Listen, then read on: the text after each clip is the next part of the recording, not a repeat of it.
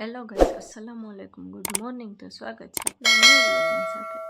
તો સાંજની ગઈ છે અત્યારે સ્કૂલે અને રેમસા ગઈ છે આંગણવાડીએ. તો 11:30 તો થવા આવ્યા છે. તો રેમસાને તો તેડવાનો ટાઈમ પણ થઈ ગયો છે ને આજ બ્લોગિંગે મોડું સ્ટાર્ટ કર્યું કેમ કે આજ સોનિયાની જારી કાઢતી હતી ને તે મોડું થઈ ગયું અને કામે આજ ઘરનું બધુંય પડ્યું છે.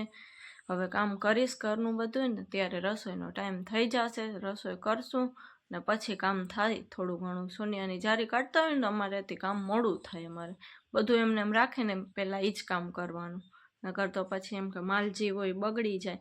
એના હિસાબે પહેલાં સોનિયાની જારી કાઢવાની પછી ઘરનું કામ કરવાનું બધું. અને હવે રસોઈમાં તો શું કરવાનું થાય હવે રીમસાકા આવે પછી ખબર પડે. સાનવી તો જમવા આવશે નહીં આજ બપોરે, એને સ્કૂલે જમવા આવવા નથી દેતા. હવે સ્કૂલે જમે તો ભલે, નગર ખાતી તો નથી કાંઈ હમણાં.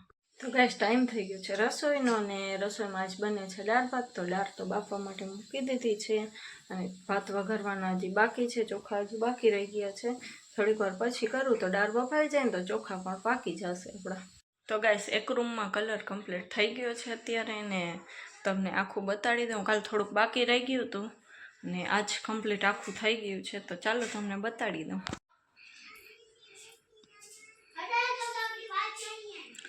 કોમેન્ટમાં કહેજો ગાઈસ કેવું લાગે છે એમ. અને ગાઈસ જો મેં કેટલો ટાઈમ થયો છબી મંગાવીને રાખી હતી, આખરે આજ ચોંટાડી દીધી છે. હજી ઓસરીમાં બધું બાકી છે. તો ગાઈસ હું સ્કૂલેથી આવી ગઈ છું. હવે હું ને રીમસા રમશું. અને આજે સ્કૂલે જમવામાં હતું ખીચડી અને ચણા. અને આજે ટ્યુશનની રજા છે એટલે હું ને રીમસા બે રમશું. તો ગાઈસ અત્યારે થાય છે બસ રસોઈની તૈયારી, અને રસોઈમાં કરવા છે આપણે ચિકન રાઈસ. તો પહેલાં તો આપણે મુરગીને બાફવા માટે મૂકી દઈશું. એમાં થોડીક છે મુરગી લીધી છે ને એમાં આપણે નાખી દઈશું. અસલ ધોઈને રાખી દીધી છે ને પહેલાં તો આપણે નાખશું એમાં આદુ અને લસણની પેસ્ટ થોડીક, અને થોડુંક હળદર, મીઠું અને ધાણા જીરું. મુરગીને બાફવા માટે મૂકી દઈશું ને આપણે રાઈસની સામગ્રી તૈયાર કરી લેશું. મુરગીને ગેસ પહેલાં આપણે બાફવા માટે મૂકી દઈશું.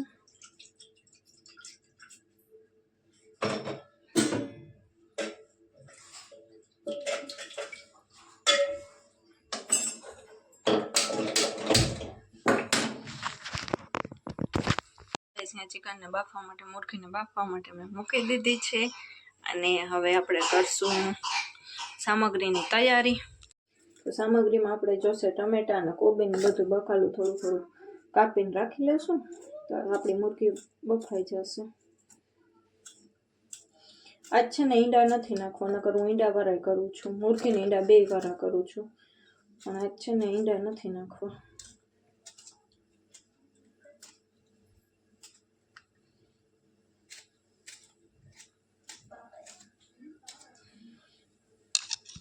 તો વઘાર માટે આપણે સામગ્રીમાં છે ને સોસ પહેલાં તૈયાર કરીને રાખી લેશું. તો આપણે વઘારમાં કરીને ત્યારે ઉપાડીને આ છે ગ્રીન ચીલીનું સોસ, ગ્રીન ચીલી સોસ છે.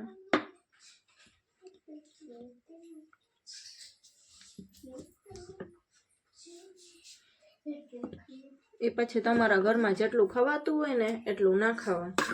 અમારે છે ને સોસ વધારે હાલે છે બધા ઘરમાં, એટલે અમારે વધારે જોઈએ સોસ. આ છે રેડ ચીલીનું સોસ.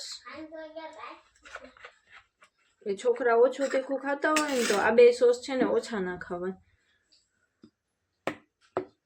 અમારે તો સાનવીને હાલે છે ને રીમસાને તીખું હાલે.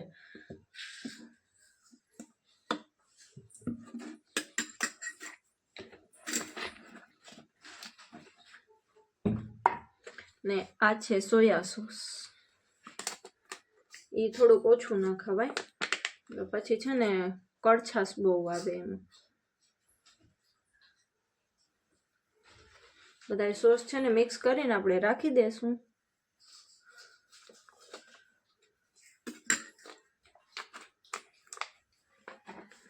અને આ છે વિનેગર.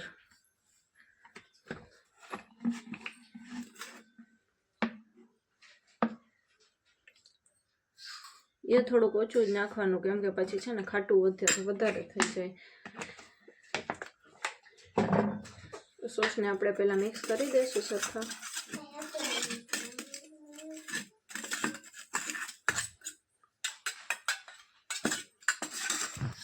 આપણે પહેલાં ગેસ રાઈસની સામગ્રી જોઈ લેશી. આ છે કોબી ને મરચાંની આવી લાંબી સ્લાઈસ કરવાની.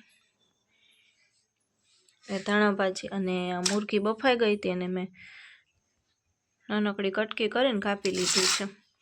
ટમેટા છે અને આ બધા મિક્સ સોસ ને વિનેગર ને કરીને રાખ્યા હતા ને એ છે. અને આ છે આપણા બધા કોરા મસાલા.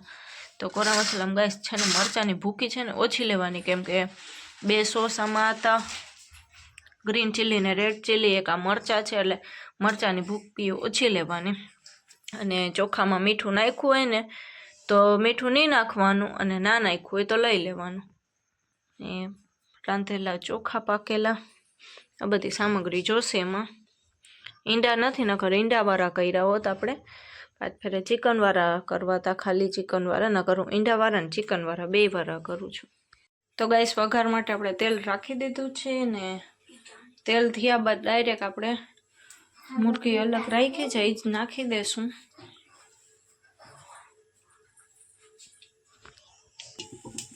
તો ગાઈસ તેલ આપણું થઈ ગયું છે, તો પહેલાં આપણે એમાં મુરગી નાખી દઈશું.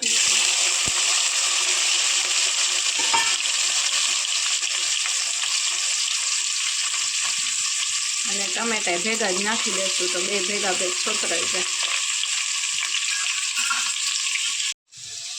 મુરગી ને ટમેટા આપણા સોતરાઈ છે ગાઈસ અત્યારે.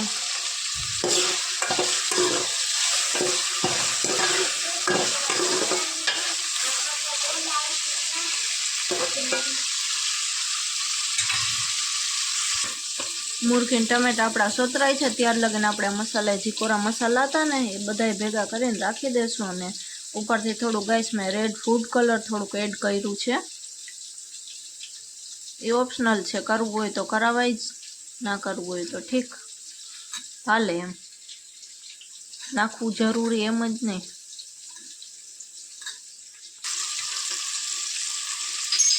મુરગી ને ટમેટા આપણા સરસ સોતરાઈ ગયા છે, તો આપણે ડાયરેક્ટ એમાં મસાલો એડ કરી દઈશું બધો. તો ગાઈસ આપણે મસાલામાં બધું નાખી દીધું છે. ને હવે એને થોડીક વાર સોતરાવા દઈશું મસાલાને. પછી મિક્સ સોસ કરીને રાખ્યા હતા ને એ આપણે મિક્સ સોસ એડ કરી દઈશું.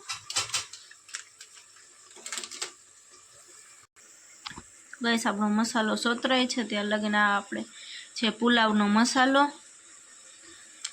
પુલાવનો મસાલો આપણે ગમે એ દુકાને જડી જાય એ આપણે નાખી દઈશું એમાં.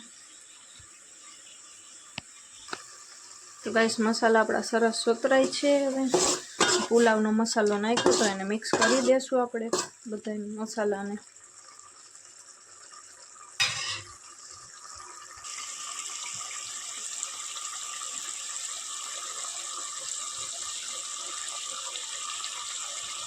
આપણા મસાલા સરસ સોતરાઈ ગયા છે, આપણે એમાં બધા સોસ એડ કરી દઈશું મિક્સ કરીને રાખ્યા હતા એ.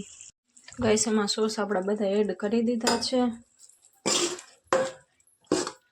આ સોસ ને બધું સરખું મિક્સ થઈ જાય ને પછી ઉપરથી આપણે ટમેટો કેચઅપ નાખશું થોડુંક.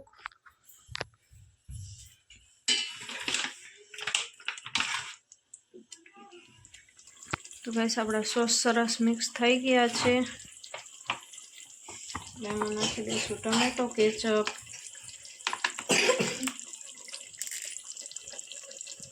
ગાઈસ એમાં ટમેટો કેચઅપ થોડુંક નાખ્યું છે ઉપરથી. સોસ ને બધું મિક્સ સરખું કરીને એમાં આપણે પાકેલા ચોખા છે ને એ નાખી દઈશું. હવે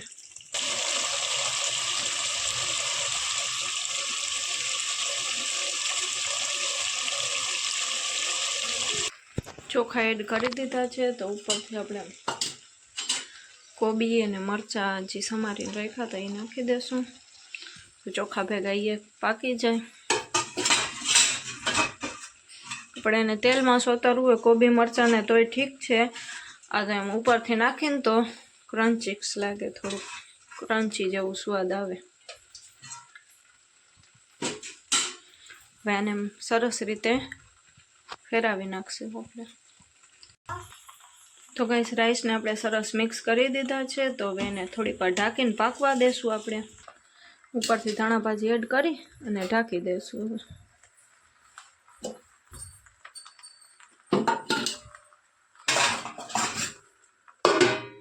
આપણા રાઈસ સરસ પાકી ગયા છે. ચાલો હવે ગરમા ગરમ છોકરીઓને ખવડાવી લઉં તો એ બે ખાઈ લઈએ. તો ગાઈસ ભૂખ લાગી છે એટલે ચિકન રાઈસ ખાઉં છું. હાલો તમે પણ ચિકન રાઈસ ખાવા. અને એના ભેગું લીંબુ તો બહુ જ મજા આવે, ખાટું મીઠું થઈ જાય એટલે. કેળા બાઈ ને મસ્ત અને બહુ મસ્ત બન્યા છે.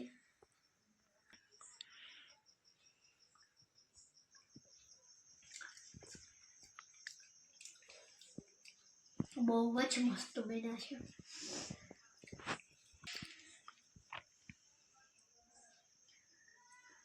તો ગાઈસ બહુ જ મસ્ત બન્યા છે. હાલો બધા ખાવા. હેલો ગાઈસ, તો હું સ્કૂલે જવા માટે રેડી થઈ ગઈ છું. રીમસાને આંગણવાડીએ મૂકીને આવી હમણાં. તો હવે મળીએ આપણે 5 વાગે. તો હેલો ગાઈસ, સાનવી અને રીમસા ગઈ છે સ્કૂલે ને આંગણવાડી. અને હું કરું છું આજે રસોડામાં કલર ને કરવાનું છે ને, તો એના થામને બધું બહાર કાઢું છું. હવે ચાલો તમને અત્યારે લુક બતાવી દઉં રસોડાનો, પછી કલર થયા બાદ લુક બતાવું.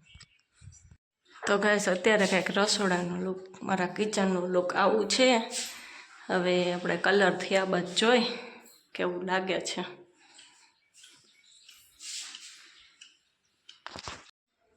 તો ગાઈસ કિચનનો ફાઇનલ લુક કંઈક આવો છે. હજી થામને ગોઠવવાના બાકી છે. બધું કમ્પ્લીટ થઈ ગયું છે. કલર તો અંદર થઈ ગયું.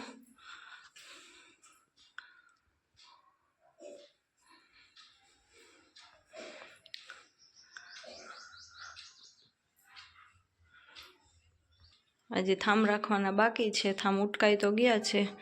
આ હજી અંદર પડ્યા છે, બાકી બીજા બધા બારે પડ્યા છે. હજી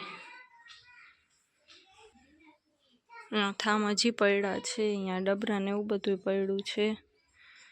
હજી તો ઘણું કામ બાકી છે. ગાઈસ આજ કામકાજ કરીને હવે છઠ નવરા થયા છે. 8 વાગ્યા છે. હવે કંઈક રસોઈનું વિચારશું. કિચનનું તમને આખું ફાઇનલ લુક બતાડી દઉં. તો ગાઈસ કિચનનું ફાઇનલ લુક કંઈક આવું છે.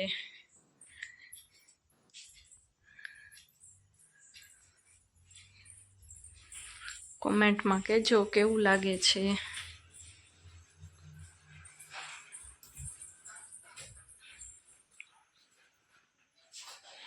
ફાઇનલ લુક કંઈક આવું છે ગાઈસ. ગાઈસ સ્કૂલેથી આવી ગઈ હતી, પછી મારી સ્કૂલની બેગ પડી આવી, પછી મેં એના ભેગી રમતી હતી, પછી ઘરે વહી ગઈ.